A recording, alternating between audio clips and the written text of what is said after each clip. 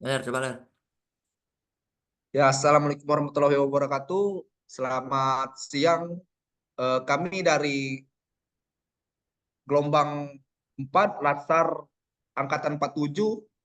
Pada hari ini kami akan membahas podcast tentang kader bela negara, wawasan kebangsaan, dan isu-isu kontemporer yang sedang terjadi di masa-masa sekarang.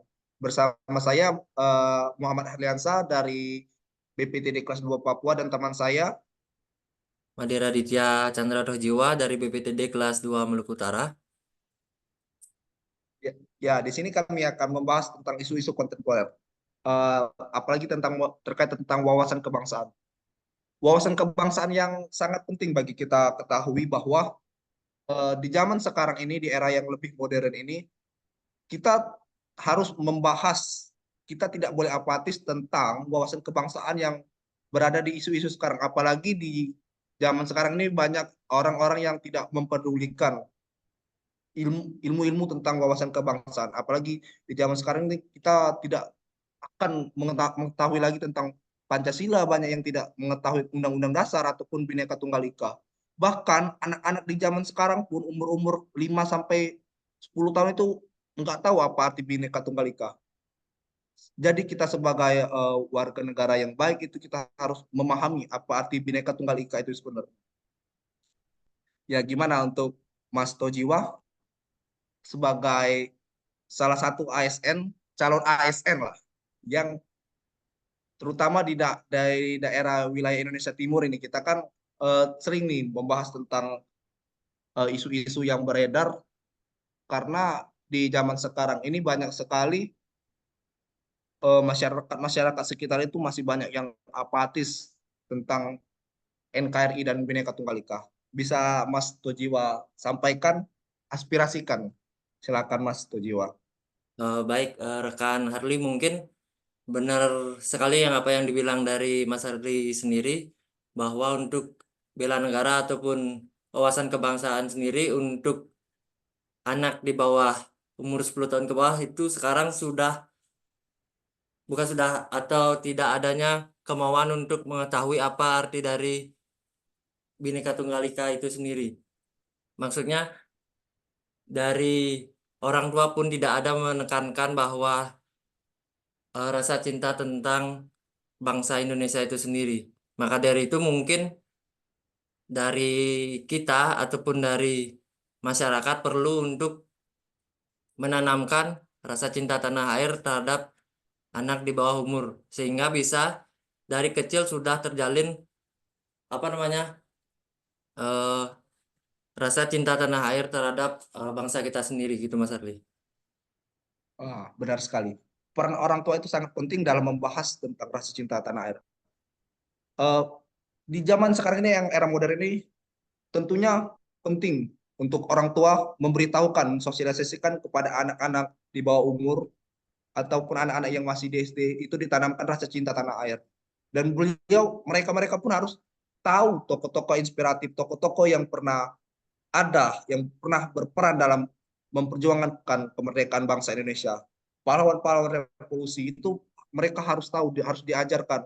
Seandainya pun walaupun tidak diajarkan di sekolah, orang tua juga berperan penting juga dalam menyampaikan itu. Nah, ini Mas Tojiwa ini, menurut Mas Tojiwa, siapa sih tokoh sosok inspiratif pahlawan lah, ataupun yang masih hidup, ataupun sudah mati lah, yang eh, menjadi sosok inspiratif Yang bagi inspirasi ya. Ya, mungkin ya siapa? untuk yang zaman sekarang yang Mas Arli ya, itu Ah. ada yang namanya kalau Mas Arli kenal itu konten kreator yang namanya Bobon Bobon Santoso Mas Arli. Oh iya benar, Bobot Santoso. Bobon Santoso itu kan tukang masak-masak ya kan, tukang apa namanya, Ya, tukang suka masak hal-hal yang ekstrim lah. Tapi sekarang dia itu punya eh, misi, yaitu namanya Kuali Merah Putih, Mas Arli. oh Jadi ya. Kuali Merah Putih itu proyek besar di mana dia akan mengelilingi 38 provinsi yang ada di Indonesia, terutamanya daerah atau tempat-tempat terpelosok yang ada di Indonesia. Jadi eh, semua atau hampir dari Indonesia itu merasakan makanan yang bergizi, gitu Mas Arli. Jadi Wah, niat baik dari Bobot Santoso yang mempunyai nilai apa ya, nilai nasionalisme yang tinggi dan rasa cinta tanah air yang tinggi terhadap teman-teman yang di pelosok ataupun di daerah-daerah terpencil itu bisa mendapatkan eh, hak yang sama seperti kita yang berada di perkotaan itu, Mas Arli. ya, betul. Itu saya setuju. Kalau Bobon Santoso itu salah satu tokoh inspiratif lah. Walaupun ya di balik sisi negatifnya yang dulu yang pernah dia, tapi beliau merupakan sosok yang memotivasi kita eh, sebagai masyarakat Indonesia ini. Beliau sangat menginspirasi, apalagi beliau kan lebih sering ke tanah-tanah Papua di Indonesia Timur. Kemarin dia sempat ke salah satu daerah yang ada di Pulau Papua, itu di tepatnya di Papua Selatan, itu di Bovendigul. Dia itu memasak salah satu makanan yang daging, ya, masak-masakan daging itu yang bahkan masyarakat di tanah Papua itu belum merasakan apa Hmm. selama ini apa yang rasa daging itu sebenarnya. Iya, iya. Beliau yang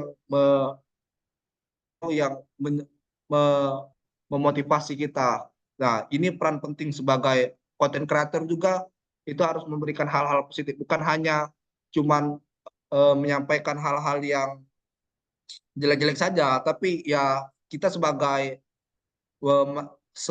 salah satu lah public figure harus menyampaikan hal-hal yang baik, terutama di sosial media, agar anak-anak muda yang generasi Gen Z lah, yang harus harus mengetahui, harus memotivasi lah bagaimana kita jadi salah satu contoh masyarakat yang baik yang mencerminkan nilai-nilai Pancasila dan Bhinneka Tunggal Ika.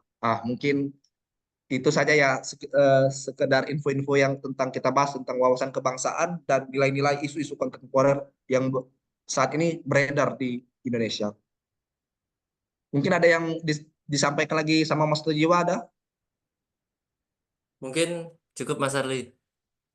Ah, baik, saya mewakili dari kelompok 47 mengucapkan mohon maaf apabila ada hal-hal ataupun yang tidak berkenan di ucapan podcast kami ini. Kami akhiri, saya Muhammad Harliansa dan rekan saya Made Raditya Chandra Jiwa. mengucapkan melihat dan mendengarkan. Semoga apa yang kami sampaikan ini bermanfaat bagi semua. Kami akhiri, wabillahi taufiq walhidayah. Wassalamualaikum warahmatullahi wabarakatuh dan selamat sore. Nah, sorry.